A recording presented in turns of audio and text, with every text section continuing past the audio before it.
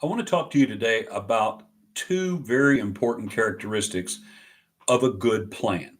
Now, I think the statement, if we fail to plan, we can plan to fail, is something most of us would just accept as kind of a general truth, especially if we are in business or we're leaders of something in our companies, organizations, or teams.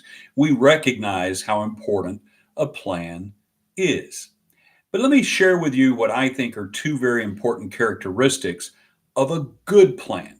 Here's the first: it's rigid enough that it's not easily abandoned or ignored. It's got enough rigidity to it that it keeps us on the path towards something that we have deemed valuable and was valuable enough that we developed a plan to achieve it. So it needs to have that element of rigidity. Here's the second: it needs to be flexible enough that it can be adjusted when unforeseen events or obstacles occur, when new information is introduced. If it is so rigid that it can't be adjusted, that's going to be a problem. If it's so flexible that it doesn't keep us moving in the direction we want to go, that's a problem. So, those are two really important characteristics: rigid enough that it can't be easily abandoned or ignored, flexible enough that it can be adapted when unforeseen things occur. Now, let me share just what I think are the kind of the rigid part and the flexible part of a good plan. The rigid part is that sense of purpose, the thing we want to achieve, the goal, what we're aiming for, the reason we started a plan to begin with.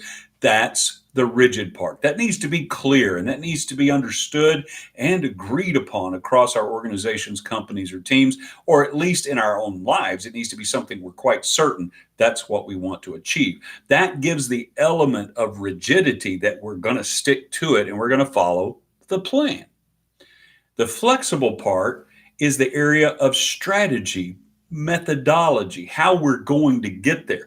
That needs to have a flexibility to it because we can't foresee everything.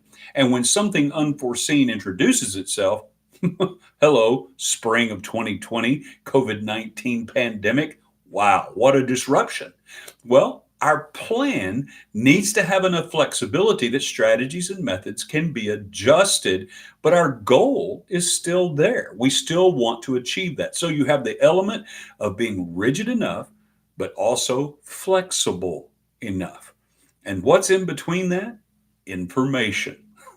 Yeah, we don't want to put our heads in the sand and just put our head down and go, we've got our plan and we're going for it and we're not going to look up and we don't care what happens.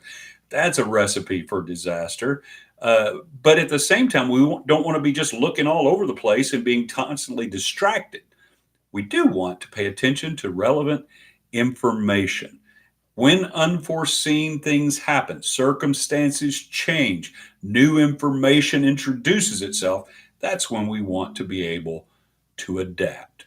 There's the two characteristics that I think really matter when making a good plan: the rigid element and the flexible element, purpose, strategies, and methods.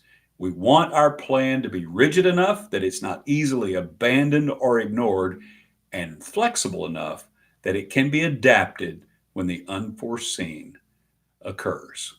Hope you find that helpful. Thanks for watching. I'll talk to you again soon.